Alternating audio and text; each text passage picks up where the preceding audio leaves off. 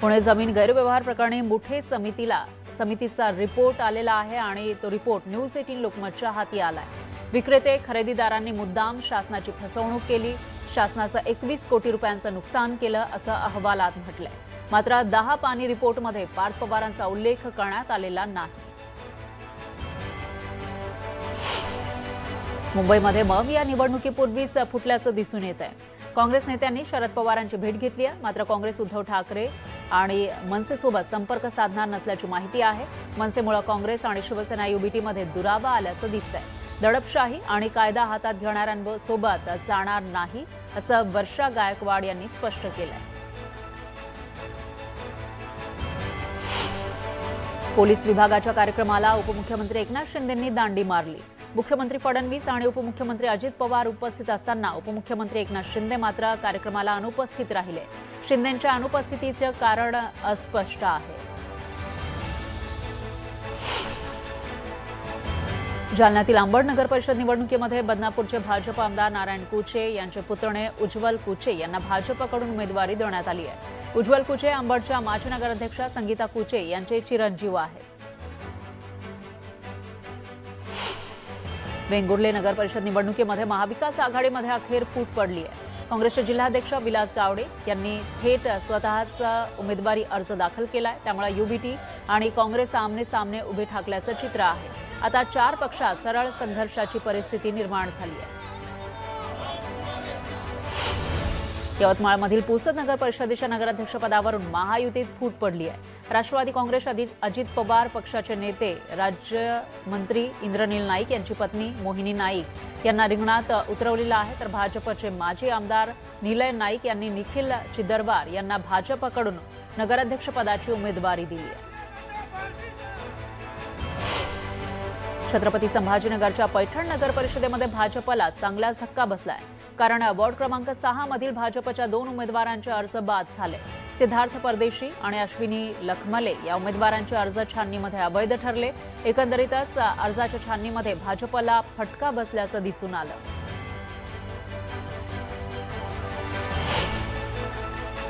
Bhusawal नगरपालिकेमध्ये ward क्रमांक 7 मधून भाजपच्या नगरसेवक पदाच्या उमेदवार प्रीती मुकेश पाटील यांचा बिनविरोध विजय झाला।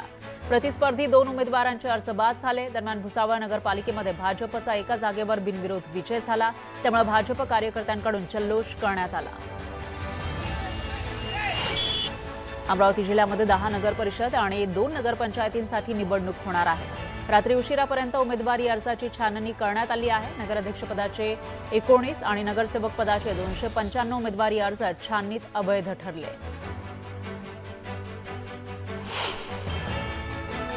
सोलापूरच्या अनगर नगरपंचायत निवडणुकीमध्ये राष्ट्रवादी अजित पवार पक्षाच्या उमेदवार उज्ज्वला थिटे यांचा अर्ज नामंजूर झाला। त्यानंतर बाळाराजे पाटील यांनी जल्लोष केला। अनगरकरांचा नाद करायचा नाही असं म्हणत बाळाराजे पाटलांनी अजित पवारांना इशारा दिला। अनगर नगरपंचायतीमध्ये अर्ज बाद झाल्यानंतर उमेदवार उज्ज्वला थिटे यांनी प्रतिक्रिया दिली आहे। निवडणूक निर्णय अधिकाऱ्यांच्या निर्णयाविरोधात अर्ज कसा बाद झाला या संदर्भात मी न्यायालयामध्ये दाद मागेन असं उज्ज्वला थिटे म्हणाल्या। जळगाव जिल्ह्यातील पाचोरा, भडगाव, चाळीसगाव आणि धरणगाव नगरपालिकेची निवडणुकीसाठी दाखल अर्जांची छाननी पूर्ण झाल्यानंतरही उमेदवारांची संख्या भरपूर असल्याचं चित्र आहे। त्यामुळे अर्ज माघारीच्या आधी स्वतः पक्षातील बंडखोरांसह अपक्षांची मंथरणी आता सुरू झाली आहे। अमरावतीमध्ये भाजप आणि युबीटीच्या आमदारांनी यंदा आप्तस्वकीयांना उमेदवारी मिळवून देण्यामध्ये धन्यता मानली आहे। नगराध्यक्षपद घरातच ठेवण्याची खेळी करण्यात आली आहे, त्यामुळे निष्ठावंत आणि इच्छुक कार्यकर्त्यांच्या स्वप्नांचा चुराडा झाल्याचं चित्र आहे।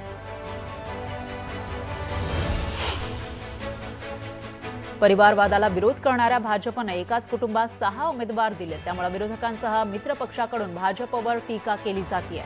त्यांना उमेदवारच मिळत नसतील तर ते काय करणार? 6 नाही 10 उमेदवार ते देतील अशी बोचरी टीका आमदार प्रताप पाटील चिखलीकर यांनी अशोक चव्हाणांवर केली। तुळजापूर ड्रग्ज प्रकरणातील आरोपी विनोद गंगणेला भाजपकडून नगराध्यक्षपदाची उमेदवारी देण्यात आली आहे। भाजप आमदार राणा जगजित सिंग पाटलांनी पक्षश्रेष्ठींचा आदेश टाळून उमेदवारी दिली आहे, त्यामुळे राजकीय वर्तुळात चर्चांना उधाण आलंय। सिंधुदुर्ग जिल्ह्यातील 3 नगरपरिषदा आणि एका नगरपंचायतीच्या नगराध्यक्षपदासाठी आलेल्या 31 अर्जांपैकी 12 अर्ज तर नगरसेवक पदासाठी आलेल्या 359 अर्जांपैकी 59 अर्ज अवैध छाननी प्रक्रियेत अवैध ठरले। मुंबई महापालिकेची निवडणूक अद्याप जाहीर झालेली नसली तरी जिल्हा परिषद नगरपालिका निवडणूक लढवणाऱ्या अपक्ष उमेदवारांसाठी राज्य निवडणूक आयोगाने चिन्हांची यादी जाहीर केली आहे। अर्ज मागे घेण्याच्या मुदतीनंतर 26 नोव्हेंबर रोजी अधिकृत चिन्ह वाटप केलं जाणार आहे असं सांगण्यात आलंय।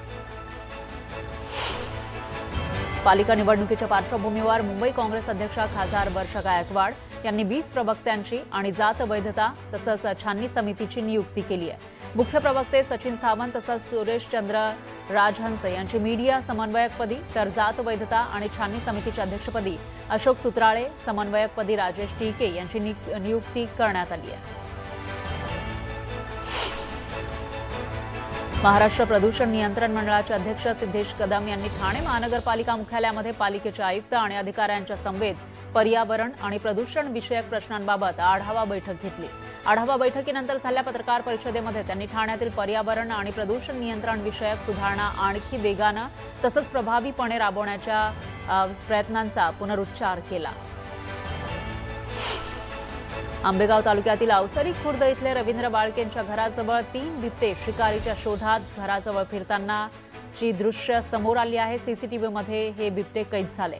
यामुळे परिसरामध्ये भीतीचं वातावरण पसरलंय आणि या बिबट्यांना जेरबंद करण्याची मागणी गावकऱ्यांनी केली। जुन्नर तालुक्यातील आणे गावात भर दिवसा बिबट्यानं गायीच्या वासरावर हल्ला केल्याचा व्हिडिओ समोर आला।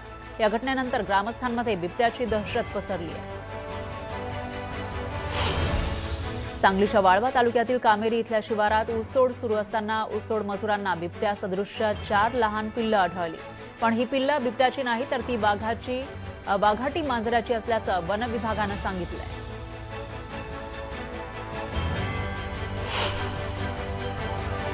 नागपूर शहरातील भांडेवाडी परिसरातील एका घरामध्ये बिबट्या शिरला होता। जखमी अवस्थेत असणाऱ्या बिबट्याला पाहण्यासाठी बघ्यांनी मोठी गर्दी केली।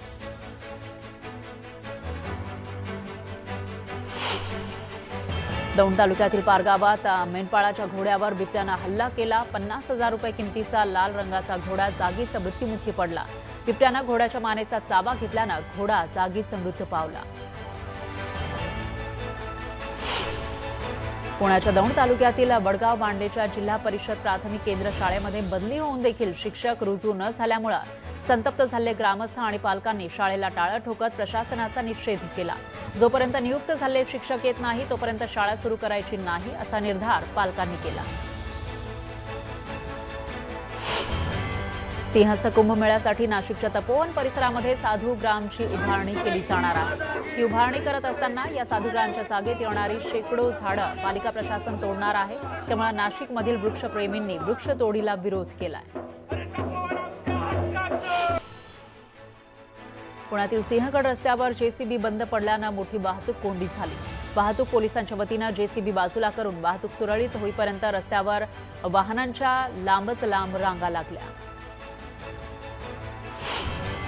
नंदुरबारमधील असाणे गावातील पंढरीनाथ पाटील या शेतकऱ्यानं कांद्याला बाजारभाव मिळत नसल्यानं 2 एकर शेतातील कांदा पिकामध्ये मेंढ्या चरायला सोडल्या आणि रोटावेटर सुद्धा फिरवला। कांद्याला 4 रुपये किलो दर मिळतोय त्यामुळे खर्चही निघणार नसल्यानं शेतकऱ्यानं हा निर्णय घेतला।